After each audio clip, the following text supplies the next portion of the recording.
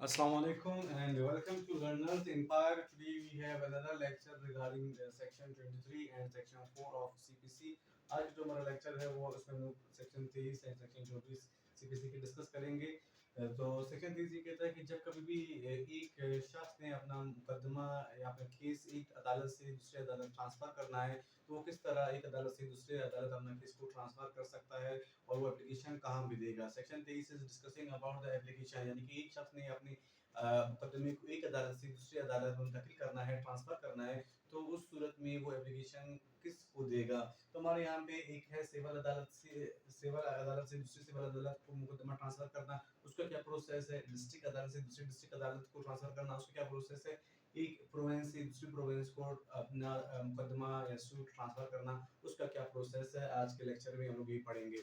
So first one we have, जब कभी भी कोई सिविल मुकदमा एक अदालत से दूसरी अदालत ट्रांसफर किया जाता है तो उसके लिए एप्लीकेशन हमेशा डिस्ट्रिक्ट कोर्ट को ही दिया जाता है। जब कभी भी एक सिविल सपोज के सिविल 1 से आप सिविल 2 को ट्रांसफर कर रहे हो अपना मुकदमा, तो इस सूरत में जो एप्लीकेंट है वो किसको एप्लीकेशन देगा, वो डिस्ट्रिक्ट कोर्ट को एप्लीकेशन देगा when he is transferring his case from one civil court to another civil court। तो इस सूरत में एप्लीकेशन किसको जाएगा, डिस्ट्रिक्ट कोर्ट को एप्लीकेशन जाएगा। नेक्स्ट वन, जब कोई भी शख्स जो जिसका मुकदमा डिस्ट्रिक्ट कोर्ट में पेंडिंग हो और वो अपना मुकदमा एक डिस्ट्रिक्ट कोर्ट से दूसरे डिस्ट्रिक्ट कोर्ट में मुंतकिल करवाना चाहता है या ट्रांसफर करवाना चाहता है, तो इस सूरत में इसके पास ऑप्शन मौजूद है, या ये खुद कहाँ पे जाएगा, ये डायरेक्ट आई कोर्ट में अपना एप्लीकेशन फाइल करेगा और फिर आई कोर्ट इसको अलाउ करेगा कि, या आई कोर्ट इसको परमिट करेगा, या आई कोर्ट इसके केस को एक डिस्ट्रिक्ट कोर्ट से दूसरी डिस्ट्रिक्ट कोर्ट में ट्रांसफर करेगा। तो जब कभी भी कोई शख्स डिस्ट्रिक्ट जिसका मुकदमा डिस्ट्रिक्ट कोर्ट में पेंडिंग में हो, तो इस सूरत पे वो आई कोर्ट में केस फाइल करे, एप्लीकेशन फाइल करेगा और फिर आई कोर्ट उसको डायरेक्ट करेगा या डिस्ट्रिक्ट कोर्ट को डायरेक्ट करेगा या उसका जो केस है वो ट्रांसफर करेगा दूसरी डिस्ट्रिक्ट कोर्ट में। नंबर थर्ड वी हैव, जब सपोज कि एक हाई कोर्ट है, प्रोविंस प्रोविंस सपोज कि हाई कोर्ट, जो शख्स अपना केस एक हाई कोर्ट से दूसरे हाई कोर्ट में ट्रांसफर करवाना चाहता है, सपोज कि क्वेटा से कराची, अगर कोई शख्स अपना केस क्वेटा से कराची ट्रांसफर करवाना चाहता है, यानी कि हाई कोर्ट से दूसरे हाई कोर्ट में, तो जहां पे उसका केस होगा, सपोज कि उसका केस क्वेटा में है, क्वेटा भी बलूचिस्तान का हाई कोर्ट है, बलूचिस्तान हाई कोर्ट, तो इस सूरत में वो बलूचिस्तान हाई कोर्ट में एप्लीकेशन फाइल करेगा और फिर उसके बाद बलूचिस्तान हाई कोर्ट उसके केस को कराची में ट्रांसफर करेगा, यानी कि सिंध हाई कोर्ट में उसके केस को ट्रांसफर करेगा। तो ये थे हमारे यहाँ पे प्रोसेसेस, जिसमें एक एप्लीकेशन जिसमें हम ये डिस्कस किया कि जब कभी भी आपने केस फाइल अपना केस को ट्रांसफर करना है तो आप किस तरीके से कर सकते हो। सिविल कोर्ट जो दोनों एक ही डिस्ट्रिक्ट में एक ही डोमेन में है, तो इस सूरत में आप डिस्ट्रिक्ट कोर्ट में केस फाइल करोगे, एप्लीकेशन फाइल करोगे, सॉरी। और जब कभी भी दोनों डिस्ट्रिक्ट कोर्ट एक ही हाई कोर्ट के अंदर अंडर हो, तो अब आप डायरेक्टली हाई कोर्ट भी केस फाइल करें, एप्लीकेशन फाइल करेंगे और हाई कोर्ट एक डिस्ट्रिक्ट से दूसरी डिस्ट्रिक्ट केस को ट्रांसफर करेगा।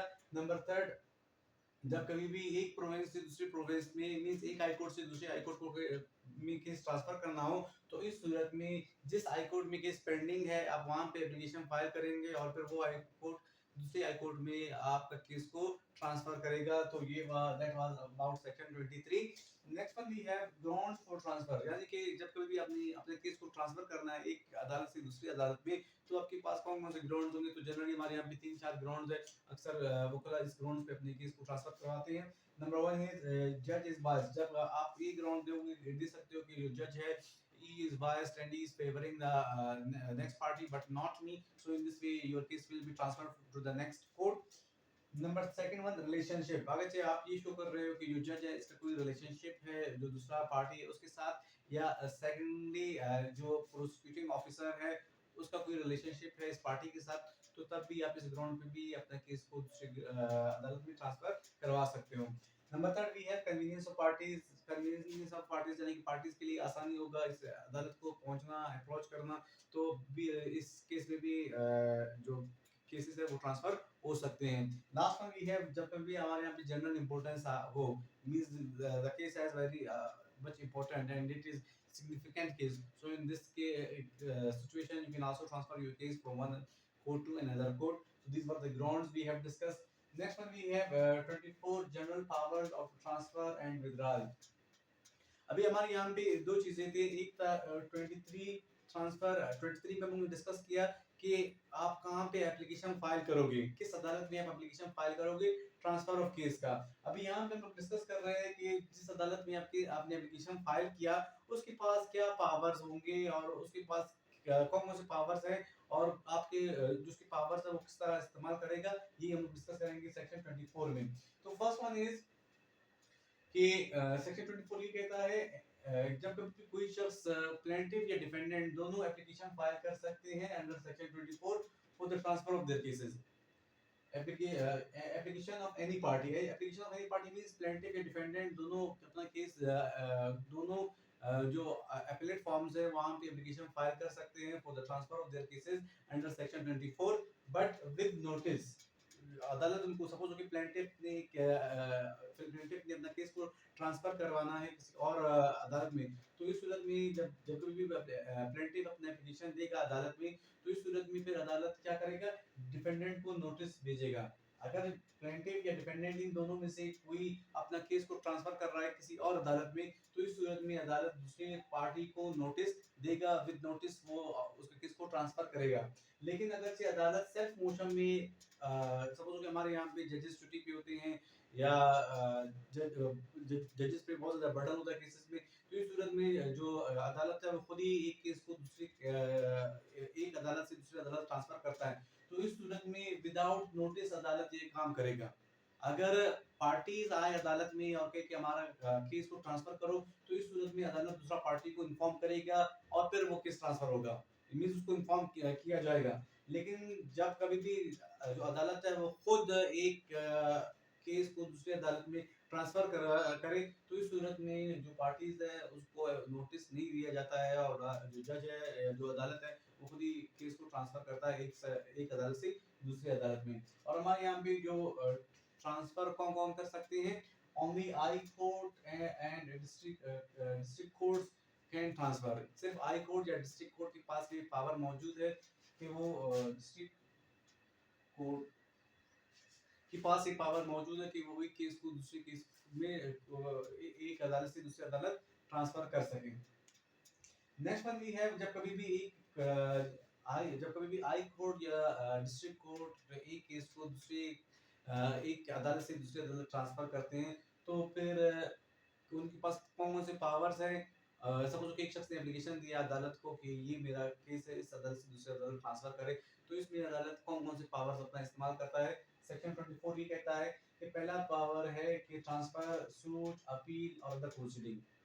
हाई कोर्ट और डिस्ट्रिक्ट कोर्ट के पास ये पावर मौजूद है कि वो कोई भी अपील या सूट और कोई दूसरा प्रोसीडिंग को एक अदालत से दूसरी अदालत ट्रांसफर कर सकते हैं। पहला पावर सेक्शन 24 ने इनको ये दिया ट्रांसफर का। दूसरा पावर दिया विथड्रॉ का। सेक्शन 24 ये भी कहता है कि हाई कोर्ट और डिस्ट्रिक्ट कोर्ट के पास पावर मौजूद है कि वो कोई भी केस को विथड्रॉ कर सकें। नंबर थर्ड है डिस्पोज ऑफ का।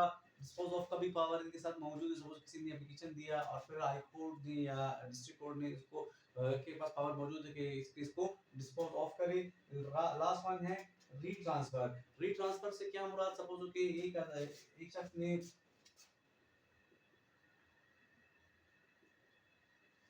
शख्स ने हाई कोर्ट में मुकदमा दिया कि मेरा केस है। सपोज कि यहाँ पे हम लोग डिस्ट्रिक्ट कोर्ट कोटा मिसाल लेते हैं।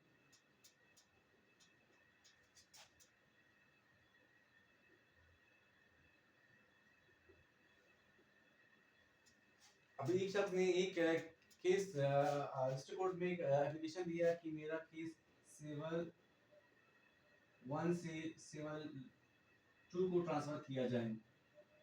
तो जब जब इसका केस सिविल 1 से सिविल 2 को ट्रांसफर हुआ, तो फिर उसके बाद अदालत के पास ये ऑप्शन भी मौजूद है कि हाई कोर्ट और डिस्ट्रिक्ट कोर्ट के पास ये ऑप्शन भी मौजूद है कि वो सिविल 2 से फिर से इसको भी ट्रांसफर कर सकते हैं सिविल 4 पे।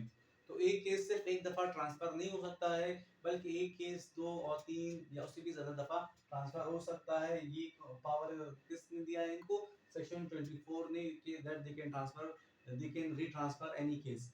Next one we have कि जब कभी भी एक केस ट्रांसफर होता है एक अदालत से दूसरी अदालत में, हाई कोर्ट या डिस्ट्रिक्ट कोर्ट उसको ट्रांसफर करता है, तो फिर इस केस के क्या इफेक्ट्स होंगे। और अदालत, हाई कोर्ट या डिस्ट्रिक्ट कोर्ट क्या इसमें और डायरेक्शंस या ऑर्डर्स दे सकते हैं? तो जी हाँ, अदालत इसमें और डायरेक्शंस या ऑर्डर दे सकते हैं। क्या अदालत ऑर्डर दे सकता है जब कभी भी एक केस दूसरी एक अदालत से दूसरी अदालत ट्रांसफर हो जाए, तो अदालत ये भी कह सकता है कि इसका रीट्राई करो, यानी कि इसको फिर से शुरू से या इसके लिए कोई फ्रेश प्रोसीडिंग्स बनाओ, मींस को फिर से रिन्यू करो। तो अदालत जब कभी भी एक केस एक अदालत से दूसरी अदालत ट्रांसफर होता है, तो हाई कोर्ट या डिस्ट्रिक्ट कोर्ट के पास ये पावर है कि वो ये कह दे कि ये जो केस है जब ये ट्रांसफर हो रहा है तो इसको फिर से रिन्यू करे या इसका फ्रेश से फिर से इस केस को स्टार्ट करे। दूसरा अदालत को ये डायरेक्शन दे सकता है। दूसरा ये भी अदालत कह सकता है कि जहाँ पे ये जहाँ तक इसके प्रोसीडिंग्स हुई हैं इसी से यहाँ से कंटिन्यू करे, कि कोई नया प्रोसीडिंग इसमें ना लाए, जो पहले जहाँ तक जो प्रीवियस अदालत ने जो भी कार्रवाई किया था वहां तक हो जाए, वहां तक वैलिड है। और अभी अदालत ये डायरेक्शन दे सकता है कि अभी जो नया जिस कोर्ट को ये ट्रांसफर हुआ है वो अपने प्रोसीडिंग्स को यहाँ से कंटिन्यू करे, यहाँ से स्टार्ट करे। तो ये दोनों पावर्स हाई कोर्ट और डिस्ट्रिक्ट कोर्ट के पास मौजूद है, और इन दोनों पावर्स में अंडर सेक्शन 24 वो डायरेक्शन